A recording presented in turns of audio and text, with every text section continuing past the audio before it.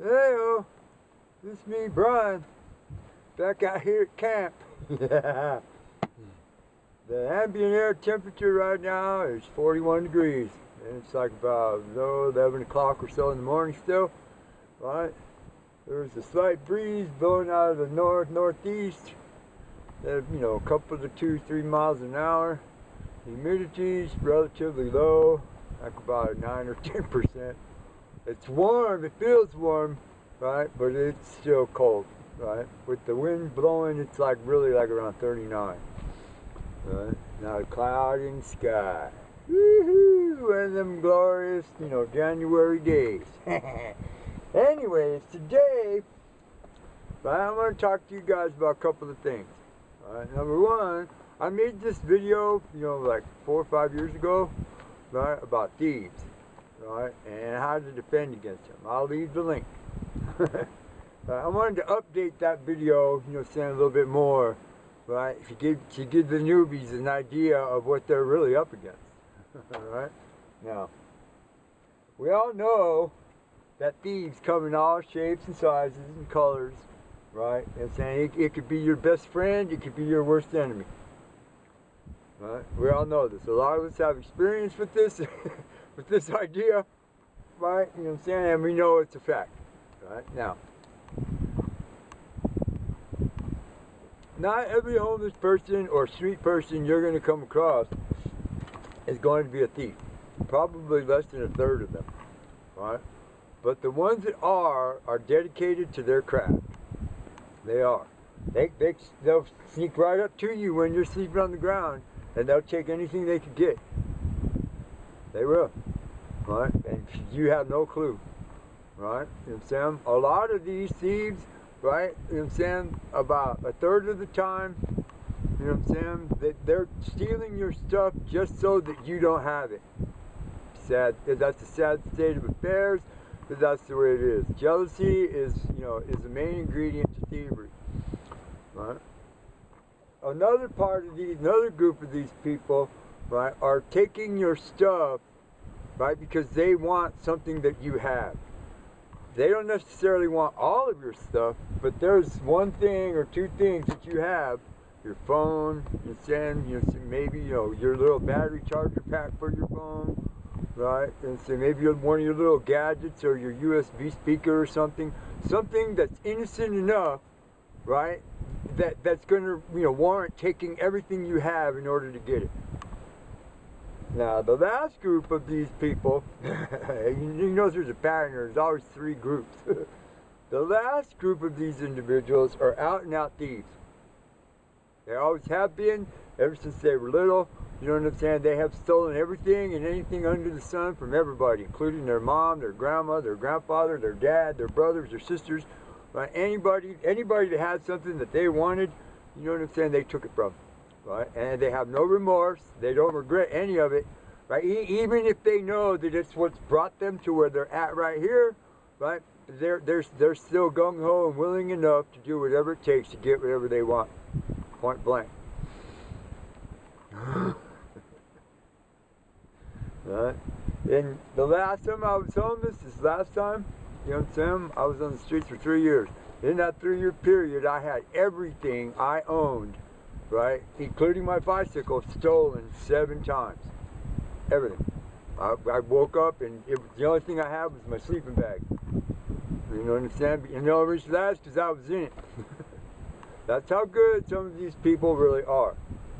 Now, the reason they got this good is because of you, the newbies, the marks, right? You know what I'm saying? The bitches, right? The people that are just there, they're just, you at this point, you know what I'm saying, being fresh off of this, mom just kicked you out, right? You're fresh, you don't know where you're at, you know what I'm saying, a couple, 2-3 days in, right? You've had a rough go of it so far. You know what I'm saying? You radiate, take my shit. Right? But there's other subtle tells that give you away too. If you're aware enough, you know what I'm saying, to be protective of yourself, you are still giving yourself away just simply by how you go about your daily life, your daily business, where you go, what you do, the things you buy, how you buy them. the things that you have, you know what I'm saying, that you use, you know what I'm saying, you know, in plain sight, right? That anybody, you know, 2, 3, 30, 40, 50 yards away across the street, you know what I'm saying, sitting anywhere that you're not aware of is watching you, right? Now these ones here are the two bottom groups, the dedicated thieves and the ones that will do, you know, and the ones that just want your stuff, right? You know, once you appear in the neighborhood or downtown or wherever it is that you have settled yourself or you have landed, right? People are watching you from that point forward, right? So they know you're a newbie, right? Or they know this much: you're at least new to their neighborhood, their area. You know what I'm saying? Yeah, yes, you might have rode the trains back and forth. Yes, you might have been to Illinois and Indiana and California. You know what I'm saying? Yeah, you might have a little tiny bit of street experience, you know what I'm saying? Right? But they've been living in this hood their whole lives, right? They know everything that moves.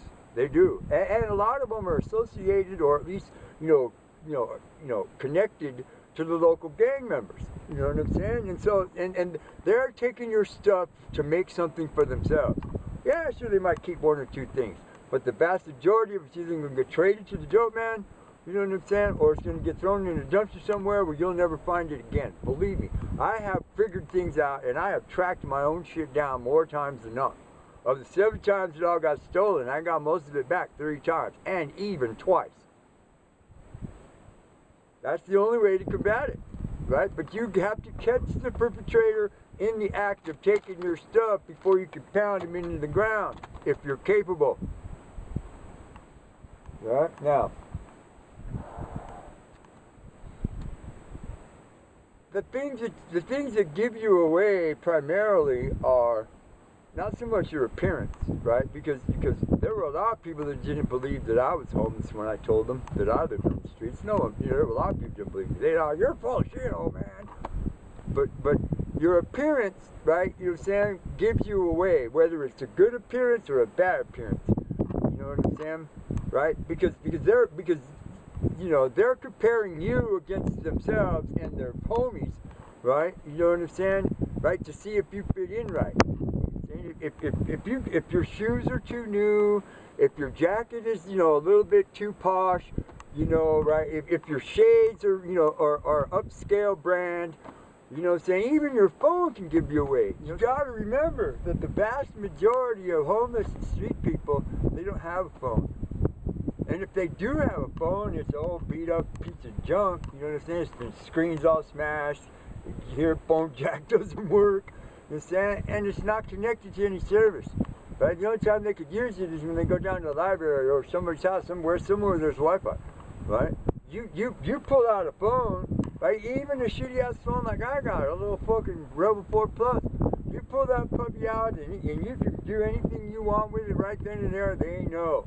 They know that you have the capability of paying a phone bill. You have something. Alright? You know what I'm saying? So, you know, even your phone, even something as simple as innocent as, hey bro, can I use your phone, man? You're screwed. Right? You don't want to produce any gadgets, you know what I'm saying, that are above the norm for where you're at until you get yourself established and you prove your worth.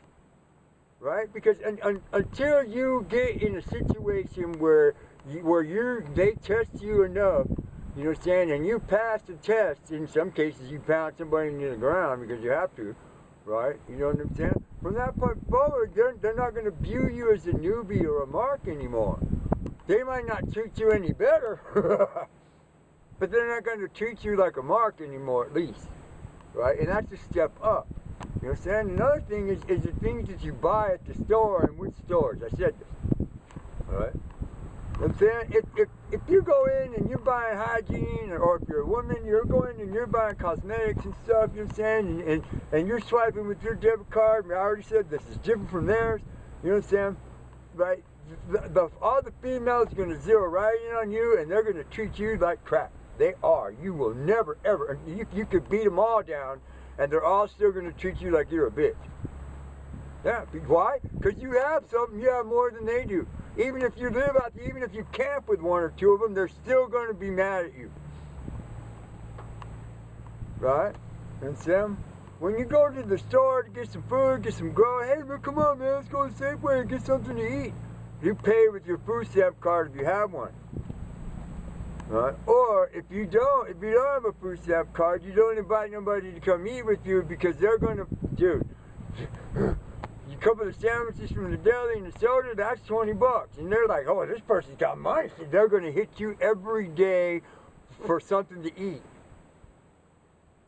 See, the mentality, you know, it's not your mentality that's giving you in. It's not your ability to still be a good person. It's their inability, right? They've been out there so long, and they've been at it for, you know, hard at it for so long.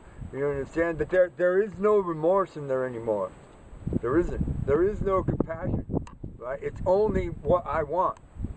Now let's do the distinction here. Let's do the distinction between homeless persons and streets. But you got to remember something. You got to keep this in your mind. It's a certain point you cross over from being a homeless person to a streetie, right? But you can never come back from being a streetie to a homeless person because streeties are homeless too. Homeless people are those people that choose to try to, you know, keep some sense of life around them, you know what I'm saying? The family groups, you know what I'm saying? Right? You know, the people that try to stick together downtown in little tent cities that the cops are letting them have, you know what I'm saying? Those people there, you know, they're sucking on the government's titty, you know what I'm saying? Trying to, you know, get whatever they could get, free housing, free medical, whatever, right? Those are homeless people. Streeties, right, are people who, I was a streetie, I'm proud to say I was a streetie, right, are people that live in the streets. Yeah, we're homeless, right? But we have built some semblance of a life, you know, we like, out of the remnants of the destruction, you know what I'm saying? We built some sense of life back to us, you know what I'm saying? It's just that now we don't have a home, we don't have a place to live, so we live in the streets. Well, yeah, I knew people, yeah, I still know them. You know what I'm saying? And a lot, you know, and I knew people outside of the streets. I knew, you know, right?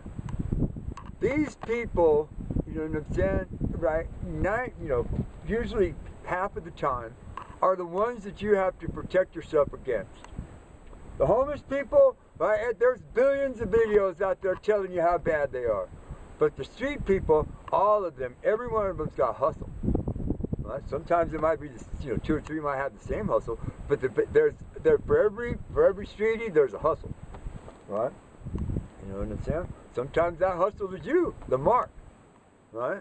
You know what I'm saying? Sometimes that hustle is a little job somewhere, this or that, whatever. They got a little secret stash of metal that they've been cashing in here and there, right? Selling drugs, you know, hustling whatever, tobacco.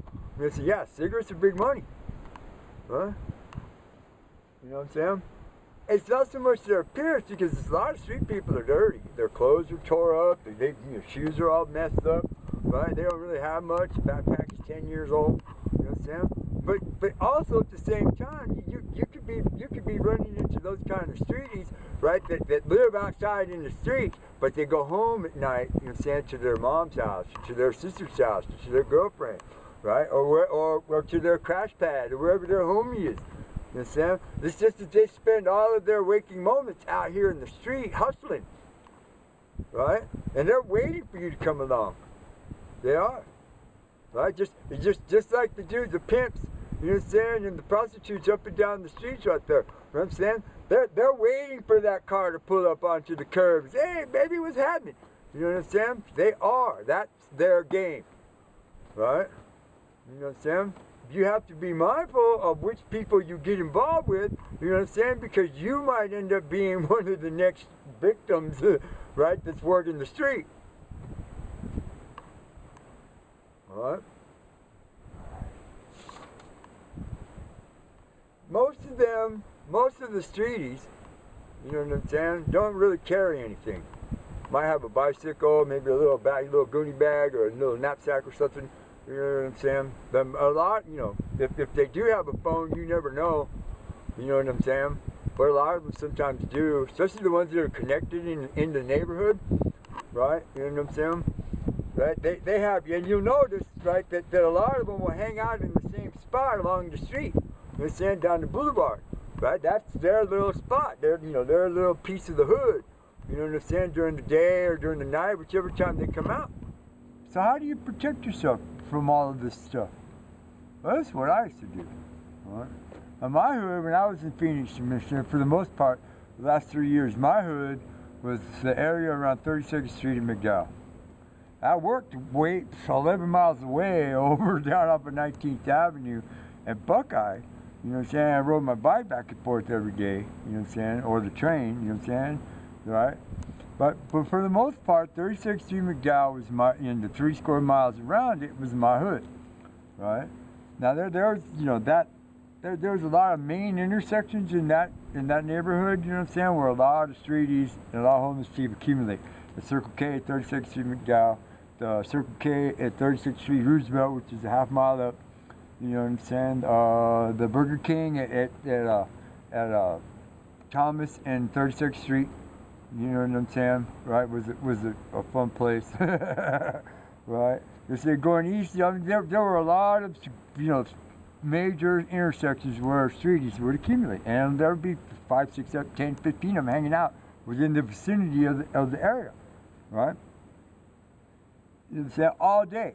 And so what I would do is because, and every one of them knew that I had a job, and they all knew that I had cameras and stuff. I was carrying a laptop sometimes.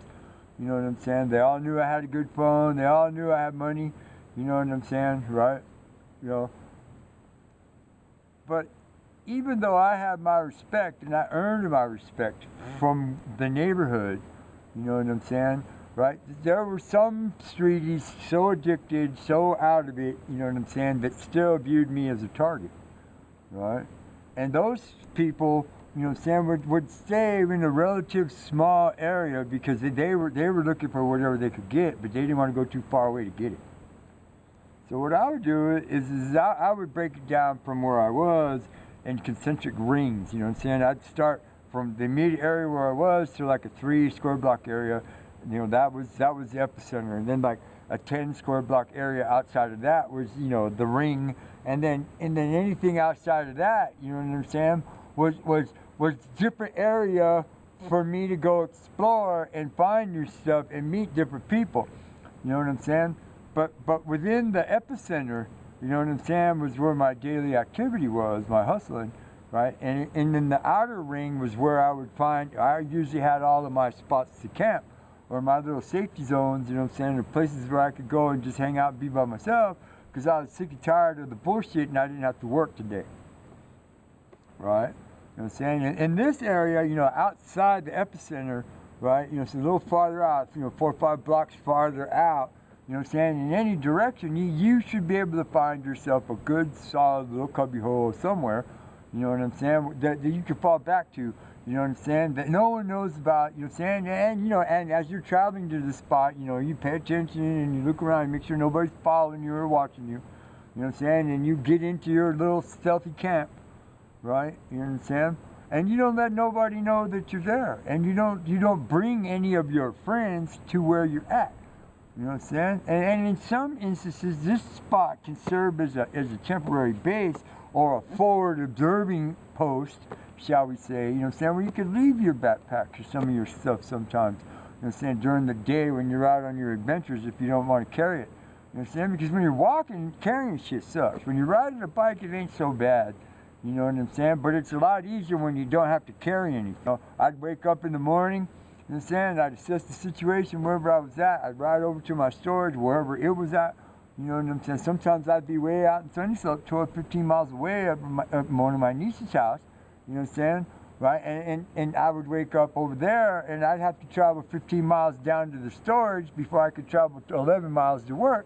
You know what I'm saying? So I covered a lot of ground, and I had a lot of different places that were unknown to people, you know what I'm saying? Because I knew people and I went a lot of places. And that's how I figured out how to protect my stuff, right? You know, aside from all the other stuff I've said in this video, that is your primary defense mechanism, is where it is that you camp or you stash your stuff during the day or night. You know what I'm saying? Right? Because the reality of it is that, you know, there is no real defense against thievery. There isn't. If somebody wants something that belongs to you bad enough, you know what I'm saying? And they have nothing but time to figure out how to get it from you. And whichever way they get it, there is the plan of attack, right? You know, another defense that you have is being mindful, you know what I'm saying, that of the different types of personalities, you know what I'm saying, that go into this mix of the thief. You know what I'm saying? And be aware of when there's, you know, when you're being sized up. You know what I'm saying? When you, it's kind of like NASCAR, you say motorcycle racing. You know what I'm saying? The leader dude is going as fast as he can. He's setting the pace. You know what I'm saying? And the guy in second, and the guy in third, and the guy in fourth, they're all following along. They're studying him. They're watching him. They're figuring out which corners he's weak in, and you know which corners he leaves the door open. You know what I'm saying? The lines that he's taking, and they're calculating in their mind because remember they're just as fast as he is because they're right there with him. They're calculating in their mind how they can make which corner that they're going to make their pass, but with the corner before, how they got to set it up so they can get the inside line and push them out. You know what I'm saying? Right? Street thieves are basically doing the same thing. You know what I'm saying? And a lot of them will walk right up on you and befriend you. They're saying, you know, hang out with you. You might be 2-3 months before they actively fucking start taking shit away from you. And a lot of times, you know what I'm saying, it's the last person that you expect is taking your stuff is the one that's really getting you, right? So you know, coming armed with the pre-knowledge of knowing that you're in a bad situation, you know what I'm saying, where people are liable to do anything, right, is your second best defense besides getting out and away from it, you know what I'm saying, and then because you're going to be naturally drawn back to the epicenter because that's where all the hustle is, that's where all the bustle is, that's where all the action is, that's where the opportunities are for you to get something and to get ahead, you know what I'm saying, is in the epicenter. Now, this is the third line of defense that you have right here. Now, the next obvious question is, well, what do I do if I catch somebody taking my shit? I shouldn't have to explain to you right now at this point what you need to do if you catch somebody taking your stuff. It's an accepted law of the street. You catch somebody taking your shit, if you have the ability, the willingness, you know what I'm saying, right, you pound them into the ground and you take their shit. Right? That's the rule, that's the law of the street. Right? But if you're a newbie, or if you're somebody new to the neighborhood, right, and you haven't proven yourself yet, and they're still looking at you sideways, you know what I'm saying? This is a very dangerous, right, you know, adventure right here. It is, right? Because whoever it is that you beat down or tried to beat down, you know what I'm saying, or just simply caught and let go, you know what I'm saying, they're going to run back to their homies and they're going to talk as much bad shit as they can about you, you know what I'm saying, so that all their homies get riled up and they come look for you. Then you will get all of your stuff taken and beat down into the sidewalk. And you'll be lucky, you know what I'm saying, right, if you get up off the sidewalk. You got to be choosy about which battles you want to fight.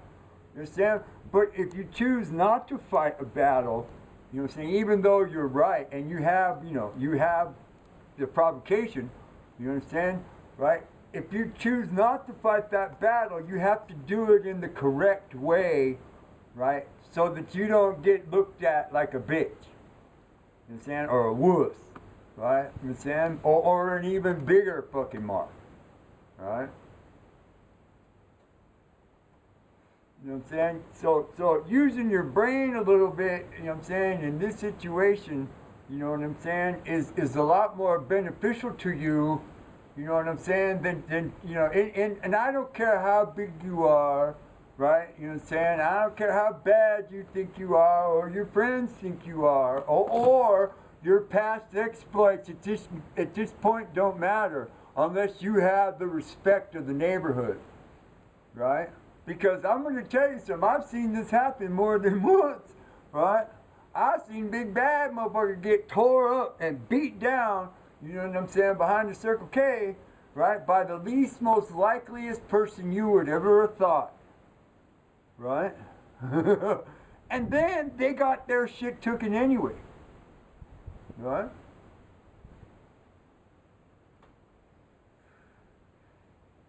Right?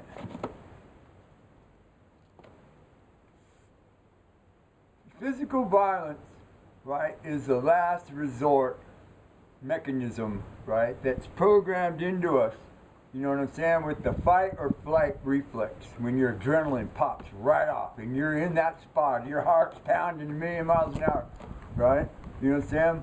The ability to keep yourself calm in this situation creates champions. Right? But out here on the street, the ability to keep calm and to assess the situation and to determine what you need to do and how to react, you know what I'm saying, is the strongest defense that you have. No matter what. No matter what the situation is. Right? You know what I'm saying? Because you got a 50-50 chance of winning or losing at this point. You know what I'm saying? Right? And turning around and walking away is not an answer. It's not the choice. Because that makes it worse.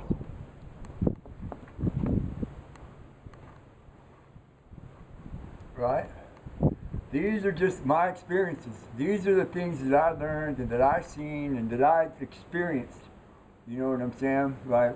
In my time being homeless. Sure, yeah, now I got it going on. You know what I'm saying? Right? But look, this is something that for you to think about. You know what I'm saying? While you're out there trying to, you know, put it all together. What I'm about to do is one of my weekly chores. Yep, you guessed it. I'm going to carry 10 bags of pellets into the house. Right? It's going to take me about half hour or so. Right? Now, there are literally thousands of people in the city, any city, that use pellets in their pellet stove to heat their house in the wintertime. Right? Gotta put the fire out. Right? You know what I'm saying? You know what I'm saying? And a lot of them are older, senior citizens, peoples, you know what I'm saying, that can't pick up 40-pound, 40-pound bags of pellets and carry them 30 yards to the house. Right? This is an opportunity for you. If you know somebody, if you spend just a little bit of time getting to know some of the members of the neighborhood, the older people, you know, when you're walking along, hey, how you doing? Buenos dias, you know, señorita, you know, right? ¿Cómo está? Right? And you be friendly and you be open with your situation, you know what I'm saying? You can find opportunities like this to make $10, $15 cutting the bushes. You know what I'm saying? Picking up the trash that the bums leave all over the street, all over the block. That's what I used to do. I wouldn't just clean up grandma's yard. I'd clean up the whole block. That way everybody could see me, they knew what type of person I was, and the next time something needed to be done in their yard and they see me right by my bicycle, hey, OG! I'd turn right around and make myself 20 bucks. Alright? There's not always bad stuff going on in the hood. Right? And I've said this in previous videos. There are opportunities for you to advance yourself, to get a little bit of somewhere, and to gain the respect of the neighborhood. Right? Because, dude, like I said this, at a certain point, you're going to switch over to becoming a streetie. You gotta keep that mentality in your head that in order to have something, you got to work for it. Even the crack man got to feed his babies. Right? He's got baby mamas coming out of his ears. Right? You're saying? Even the crack man knows that he got to hustle every day, you're saying, to pay for whatever it is that he's got. Right? I'm saying? I don't fault nobody for whatever it is that they do. Hustle is hustle. Begging ain't it. Begging is not a hustle. You know what I'm saying? So if you got, you know, use that tool that, you know, they gave you here.